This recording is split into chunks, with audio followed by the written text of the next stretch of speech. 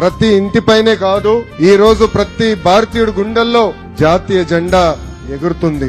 ఎంతో మంది వీరుల ప్రాణ త్యాగం మన స్వాతంత్రం. చేతిలో ఆయుధం లేకపోయినా అహింస మార్గంగా ఎంచుకుని స్వాతంత్రం సాధించింది మహాత్మా గాంధీ గారు. కత్తిబట్టి స్వాతంత్రం కోసం పోరాడిన వీర మహిళ రాణి ఝాన్సీ లక్ష్మీబాయి గారు.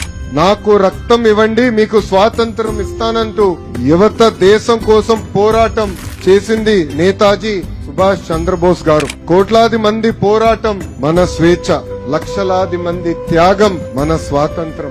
ఎన్టీఆర్ జిల్లా స్వాతంత్రం వేడుకల్లో పాల్గొంటాం నా అదృష్టం. ఉమ్మడి కృష్ణా జిల్లాకి చెందిన పింగళి వెంకయ్య గారు రూపొందించిన జాతీయ జెండాను ఈ రోజు ఎగిరేయటం నాకు ప్రజలిచ్చిన వరంగా భావిస్తున్నా. బ్రిటిష్ వాళ్ళు తుపాకీకి ఎదురుగా నిలబడి ధైర్యం పేరు టంగుటూరి ప్రకాశం పంతులు గారు. రంప రెబెలియన్ పేరుతో బ్రిటిష్ వాళ్లకు నిద్ర లేకుండా చేసింది మన వీరుడు అల్లూరి సీతారామరాజు గారు.